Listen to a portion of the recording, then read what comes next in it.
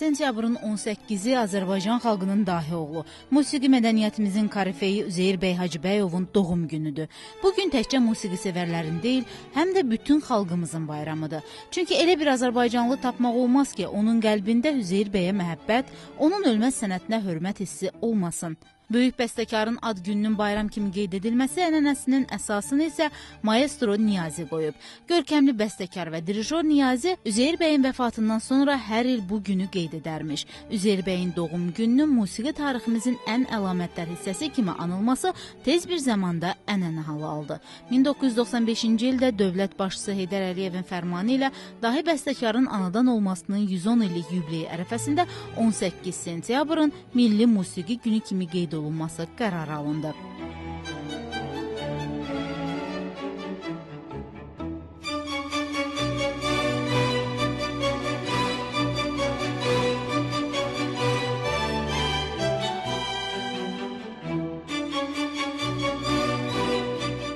Üzeyir Əbdülhəsən oğlu Hacıbəyov 1985-ci ildə Qarabağ mahalında Ağcabədidə anadan olub. Atası ədəbiyyat, anası isə musiqi sahəsində sayılıb seçilən adamlardan biri olub. Musiqiyə olan marağını anasından mənimsəyən Üzeyir 7 yaşında ikən tarda və kamançada yaxşı ifa edər, muğam oxuyarmış. Üzeyir Hacıbəyov 1897-ci ildə Şuşada 2 illik Rus-Tatar məktəbinə daxil olur. Həmin məktəbi müvəffəqiyyətlə bitirdikdən sonra təhsilini 1899-cu ildə Qori müəllimlər seminariyasında davam etdirir. 1905-ci ildə dahi bəstəkar Bakıya gələrək hazırda adını daşıdığı ev muzeyində yaşamağa başlayır.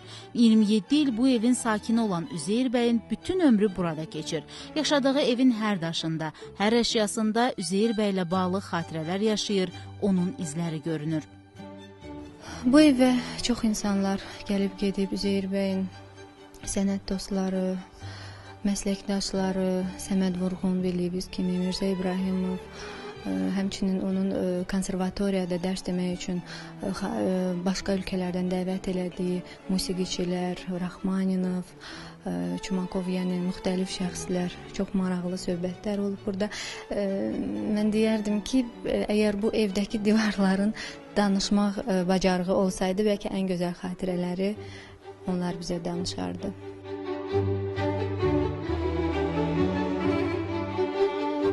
Bir zamanlar qaynar həyat yaşanan bu evdə hər şey Üzeyir bəyin zamanında olduğu kimi saxlanılır. Üzərinə gümüş qablar düzülən yemək masası, samavar, mis kasalar, qramofon, radio qəbul edici, dostlarının ona hədiyyələri və daha nələr, nələr. Divardan asılmış xalça Üzeyir bəyə 60 illik yubileyi münasibəti ilə Azərbaycan Elmlər Akademiyasının alimləri tərəfindən hədiyyə olunub. O xalça da simvolik xarakter daşıyır. Üzeyir bəyin portreti ilə yanaşı oradan Leyli və Məcnun, Koroğlu operalarından, həmçinin qərb musiqi alətləri ilə milli musiqi alətlərinin vəhdətini təşkil edən bir təsvir də var ki, bu təsadüfi deyil.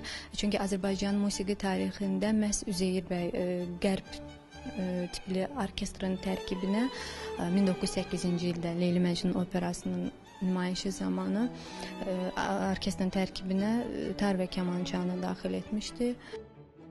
Dörd divarı bəzəyən, keçmişi özündə yaşadan ağ-qara fotolar isə insanı bəstəkarın yaşadığı dövrə aparır. Azərbaycan Demokratik Respublikasının banisi Məhəmməd Əmin Rəsulzadə ilə bərabər çəkilən rəsm əsəri ev muzeyinin fəxri əşyaları sırasındadır. Üzeyir bəyin ailə fotoları, həyat yoldaşı Məleykə xanımla Sankt-Peterburqda çəkdirdiyi şəkil, anasının, qardaşlarının fotoları bəstəkarın ailəsini bizə daha yaxından tanıdır. Hazırda biz muzeyin özəl bir bölümündəyik. Bura Hacıbəyovların yataq otağıdır. Komodun üzərində gördüyümüz məhz bu güzgü Üzeyir Hacıbəyovun həyat yoldaşı Məleykə xanımın ən sevimli əşyalarından hesab olunur. Ümumilikdə isə yataq otağında olan bütün əşyalar Məleykə xanımın cihizliyidir. Dahi bəstəkarın ən sevimli geyimi olan furajı isə məhz muzeydə olduğu kimi qorunub saxlanılır. Üzeyir Hacıbəyov 1907-ci ildə opera yazmaq qərarına gəlir. Bu dövrə qədər hələ Azərbaycanda opera yazılmamışdı. Onun yaratdığı ilk Leyli Məcnun operası Azərbaycan musiqi mədəniyyəti tarixində ilk opera olmuş və çox böyük müvəffəqiyyət qazanmışdı. Bəstəkar bu opera ilə Azərbaycanda opera sənətinin təməlini qoyur. 1913-cü ildə musiqi təhsilinə davam etdirmək üçün Üzeyir bəy Peterburqa gedərək konservatoriyaya daxil olur. O dövrdə o, Arşın Malalan musiqili komediyasını yazır. Bura Üzeyir Hacıbəyovun iş otağıdır və iş masasının önündəyik. Masanın üzərində o zamanda qaldığı kimi dahi bəstəkarın saatı, eynəyi, hətta papirosu və Azərbaycan simfonik poemasının notları qalıb. Əgər əcəl izin versəydi, dahi bəstəkar bu poemanı bitirəcəkdi. Heyif ki, bu ona qismət olmadı.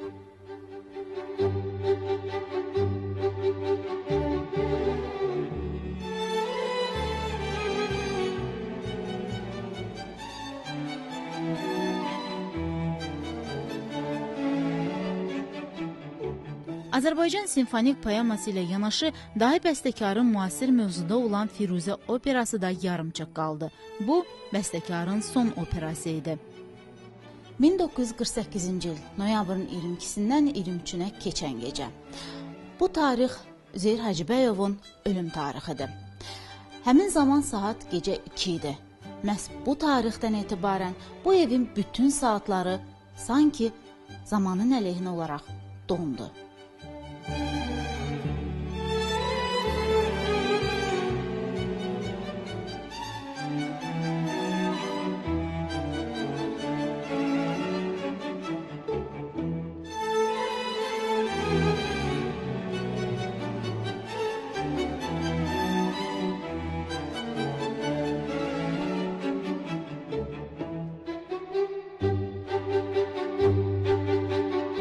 Üzeyir Hacıbəyovdan bizə miras qalan Azərbaycan Respublikasının dövlət himni, Koroğlu operası, Sənsiz romansı, Arazbarı, Arşın Malalan, Olmasın, Bu olsun operettası və digər ölməz əsərləri bu gün də yaşayır və musiqi mədəniyyətimizin tarixinə ömürlük həkk olunub.